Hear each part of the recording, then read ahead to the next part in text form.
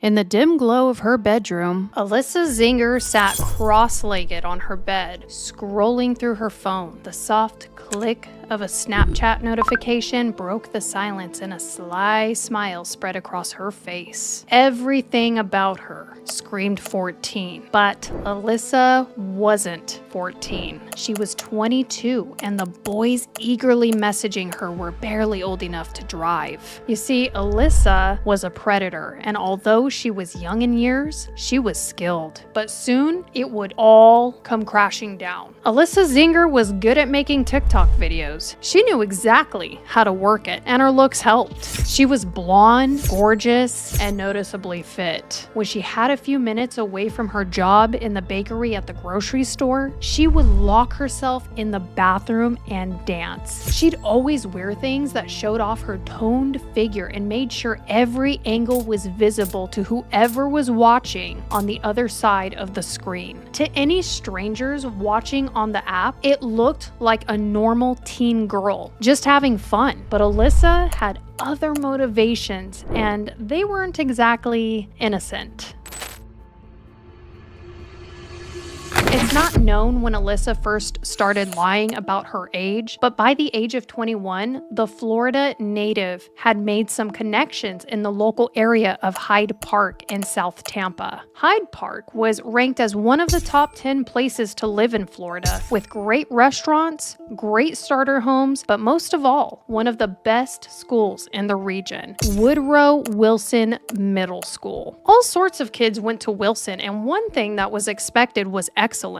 Families flocked to the area simply so their kids could attend the school. No one knows how or why Alyssa chose this as her hunting ground, but somehow, somewhere around May 2023, she began making connections with kids from Woodrow Wilson, specifically through Snapchat. In the circle of friends that she made, everyone knew each other. But what they didn't know was that Alyssa, who had told them she was 14, was a fully grown adult woman. From 2021 to October 2023, she was able to infiltrate the lives of numerous teenage boys ranging from ages 12 to 15, the last being from Woodrow Wilson Middle School. So how exactly did Alyssa get away with this for so long, and how was she finally caught? Well, it all began with an incident at Nordstrom in late 2023. Cops were called to the scene about a shoplifting incident. Once there, they found a pretty blonde girl and a teen boy. When officers asked them the nature of their relationship, the pair said they were dating. The officers questioned them separately. Alyssa was taken into a separate area and asked her age. She told them she was 14 years old and that her birthday was on January 15th, 2009. When the officers tried to verify her identity, they could only find an Alyssa Zinger who was 22 years old and born in 2001. Alyssa had an answer for this, though. She told officers that she had a half-sister with the same name, and they believed her. No further questions asked. Just take a look at this footage. Because how old are you? 14. You have a sister named Alyssa? Yeah, a half-sister. A half-sister? Yeah. Okay, but you don't have the same middle name, I'm assuming? I don't have anyone else that my dad, my parents I'm with him. So I'm going to document that you're going home with them. Okay. I tried to get in contact with your parents. You made efforts. So, like I said, it's just for liability reasons. So you're Alyssa. What's your middle name? I'm just Alyssa Zinger. Just Alyssa Zinger? Okay. All right. My mom was already going to come pick me up at his house later anyway. My stuff's there, so. The store declined to press charges, and so both the suspects were let go. The cops didn't realize they had a predator within their grasp, one who had the presence of mind to have a story ready for them in case she was caught. Alyssa had been doing this for a while and had more than one victim. She was brazen about what she did. She had even met one of her victims' parents. The parents even had the phone number of her parents. She managed to fool the victims' families. Sure, she looked mature for her age, but why would anyone expect a grown adult to masquerade as a child? Alyssa's moves were calculated, but in January 2023, she started to get sloppy. She met one of her victims via TikTok, and the conversation then moved to Snapchat, where she was able to infiltrate the Woodrow Wilson crowd. She eventually met up with this victim, and the pair had sex on the first meeting. She committed her crime of statutory rape without hesitation. She entered into a serious relationship with this victim and met his parents, spending time at his home as often as she could. From May to October, things began to ramp up as she developed Snapchat friendships with multiple students. It was around this time that her boyfriend broke up with Alyssa, but Alyssa wasn't about to take this lying down. After the breakup, Alyssa managed to convince the victim to let her come over to his house to charge her phone. While the victim was out of the room, Alyssa went through his phone searching for anything she could use as revenge against him. And she found something. On the phone was a video of the victim and another minor having sex. Remember, these were middle school kids. Alyssa took a video on her phone of this sex act and left the premises. When she got back home, she got to work, sending the video to all her contacts on Snapchat. Now, most of those contacts went to the same school as the victims, so when the pair arrived at school the next day, most of them had seen the intimate act. The second victim, a young female, was understandably devastated. While things like this are seen as a kind of dream initiation for boys, for girls, the stigma is very different. But here's the thing, this was abuse. Alyssa was beautiful and mature, and introduced these boys to sexual activities that at the time they may have been willing to do, but they were minors and did not have the cognitive ability to consent. Every victim involved essentially had their reputation ruined, and that was beyond a doubt exactly what Alyssa wanted. But there's more. Alyssa didn't just circulate a video of these minors having sex. She had recorded herself doing explicit things with multiple minors. Every move beforehand was calculated, but ultimately, Alyssa didn't think that this brash and impulsive move would come back to bite her.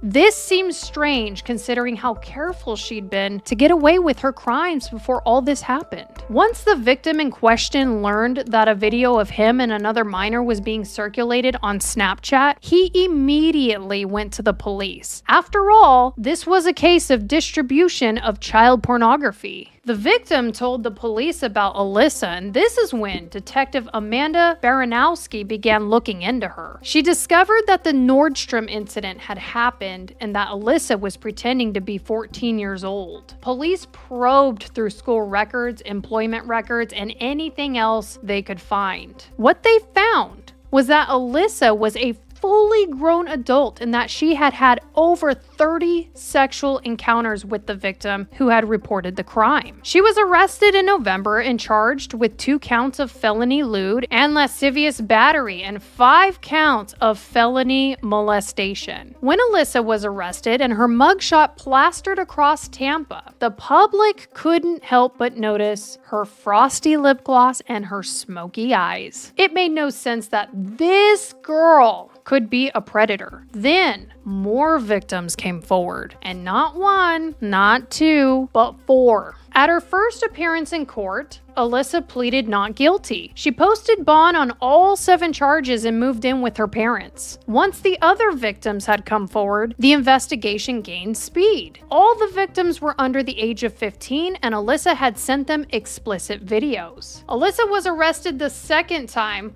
once the second victim came forward with tangible evidence. And so, she was charged with 2 additional counts of lewd and lascivious battery and molestation and 2 counts of child pornography and cybersexual harassment. This time, she was denied bond and the use of any electronics. Police had to go to Alyssa's parents' home to retrieve her cell phone for evidence, and the entire exchange was caught on body cam. Alyssa's mother wasn't present, but her father was. He handed over a phone to the cops, but it wasn't Alyssa's like he claimed it was. It was actually an old phone that belonged to her mother. Once police had taken this phone to be analyzed, they discovered Alyssa's father had lied. The police went back to the home, and Alyssa's father claimed that Alyssa had actually lost her phone. Essentially, this was evidence tampering, and this is what led to Alyssa being denied bond. It looks as if her parents tried to cover for her, which means they must have known about what was going on, or so it's speculated. Allegedly, they were even in contact with one of the victim's parents after the Nordstrom incident. If Alyssa's parents were in contact with the victim's parents, then surely they would have been aware of the victim's age. Her parents have yet to be formally charged with anything, but they are under investigation. All of this was revealed at the pretrial detention hearing in May 2024. Alyssa's defense attorney claimed that Alyssa has a history of emotional and developmental challenges and suffered bullying, which resulted in severe self-esteem issues. The defense argued this was proven by an individualized education plan created by Alyssa's high school specifically for her. This argument suggests that the defense will likely go for a defense of a developmental delay equated with insanity or diminished capacity. But here's the thing. Alyssa had the presence of mind to target minors. She had the presence of mind to come up with a believable story and a date of birth that would match her alleged age. This suggests calculation. At the hearing, Judge Laura Ward presided over the case. Alyssa argued that there was no proof that she took the explicit videos and therefore it couldn't be the distribution of child pornography. But Judge Ward didn't spare her. She claimed that Alyssa still didn't get it. She was an adult. These boys were minors. Judge Ward stated, "What we know is you have been involved with these boys, you have been the adult, you have been preying on them, you have been abusing them." Alyssa had purposefully pretended to be a homeschooled 14-year-old girl so she could fly under the radar and never explained to these boys why she didn't go to any known elementary school or high school. Alyssa was a predator pure and simple, whether by diminished capacity or not. Her trial is set for next year, and while there's no evidence she committed crimes since her first arrest, it is possible that more victims will come forward from incidents in the past. There's also the possibility that her parents could be charged with accessory for trying to help her evade justice. But something that still hangs in the air is why? Why would a beautiful girl feel the need to prey on adolescent boys? Some professionals have speculated online that Alyssa relied on a principle called the seesaw principle. She could either elevate her victims or relate to them on their level. She chose the latter, using social media to do it. Online grooming is nothing new to the public. We're very aware of it, but we're not used to it being a young, pretty woman, one who could have any adult man she wanted. This makes the dangers of social media even more significant, and in light of Australia's ban on children under 16 using social media, it seems countries around the world are starting to take notice. It's a hunting ground, and it's pretty easy to bypass any protection methods. Society tends to equate women as sisters and mothers. The idea of them as predators just doesn't gel in the public consciousness. But we can't ignore it. Predators come in all shapes and sizes. The impact on Alyssa's victims cannot be overstated. These young boys,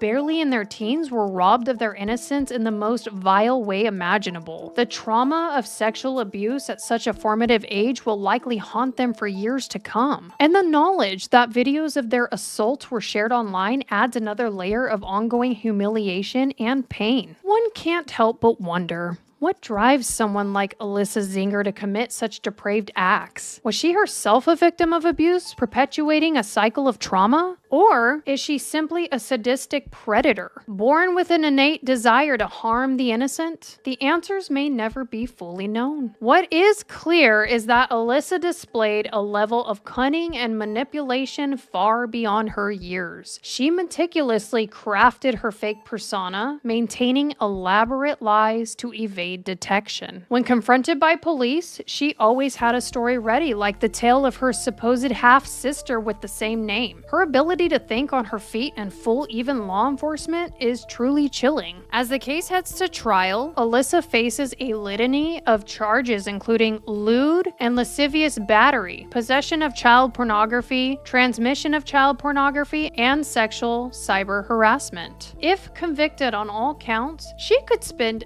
decades behind bars. But for her victims and their families, no punishment may ever feel like true justice. So how exactly did it come to this? What makes a female predator? When we think of sex offenders, our minds often conjure up the image of a man. It's an uncomfortable stereotype that overlooks an equally troubling reality. Women can and do commit sexual crimes. The difference? Female offenders often fly under the radar, and their motives and behaviors are shrouded on societal misconceptions. First off, let's address the elephant in the room, the gender bias. We already know society views women as nurturers, caregivers, and protectors of children. The stereotype is deeply ingrained, which makes it hard for us to reconcile the idea of a woman as a sexual predator. But the truth is, female sex offenders exist across all demographics. They are teachers, mothers, babysitters, and even the neighbor next door. The alarming thing is that the police had Alyssa in their clutches during the Nordstrom incident. Her story was sketchy at best, and she was with a minor, so why did police let her go so easily without verifying her story? Was it because she was pretty? Because she was a female? Or because a girl who looked like that surely didn't need to pose as an underage student to find a partner? According to research, women make up a small but significant portion of sex offenders. While men are overwhelmingly the majority, studies show that approximately 2 to 5% of sex crimes are committed by women. That number might seem low, but let's not forget, these are just the reported cases. The actual number could be higher because victims, especially male victims, are less likely to come forward when the perpetrator is a woman. Let's talk about one of the key drivers behind these crimes: power and control. For male offenders, this is often the primary motive, but for female offenders, the story can be a little more complex. Many women who commit sexual offenses do so in the context of relationships, either manipulating victims they have authority over or acting in collaboration with a male partner. In some cases, female offenders are victims of abuse themselves. This is where things get particularly tricky. Research suggests that a significant percentage of female sex offenders have a history of trauma, often involving sexual abuse in their own childhoods. It's a tragic cycle. Some women, unable to process their trauma or break free from it, end up perpetuating the same harm they once endured. This doesn't excuse their actions, but it does give us a glimpse into the deep psychological wounds that often underpin these crimes. Now let's break this down even further. Researchers have identified several typologies or categories of female sex offenders. These categories help us understand the different motives and behaviors that drive these crimes. Here are a few key types. Teacher/lover offender. This is probably the most widely recognized thanks to media sensationalism. These offenders often prey on adolescent boys, framing their actions as relationships rather than abuse. They may genuinely believe they are in love, which is part of what makes this type so complex and dangerous. Another may be male coerced offender. Some women commit sexual offenses under the influence of coercion of a male partner. In these cases, the woman may feel pressured, threatened, or manipulated into participating. However, it's important to note that this doesn't absolve them from responsibility. They're still active participants in the abuse. Predatory offender. These offenders are rare but chilling. Predatory offenders actively seek out victims, often with premeditation. Their actions actions are driven by a desire for control, power, or sexual gratification, similar to male offenders. Psychologically disturbed offender. Mental health issues can also play a role. Some female offenders struggle with conditions like borderline personality disorder, although this is a contentious claim as borderline doesn't necessarily equate with the actions of a predator, but more with emotional instability, dissociative identity disorder, or severe depression, which can distort their perceptions of right and wrong. Relational offender. These women use their roles as mothers, caregivers, or authoritative figures to exploit victims. They often target children within their immediate family or social circle, using their position of trust to facilitate abuse. Here's where it gets even more complicated. Society often minimizes or excuses the actions of female offenders, especially when the victim is male. Think about how the media portrays these cases. Words like relationship or affair or tryst are thrown around, implying mutual consent, even when the victim is a minor. Compare that to how male offenders are described: predator, abuser, monster. The language is starkly different, and it shapes public perception. This bias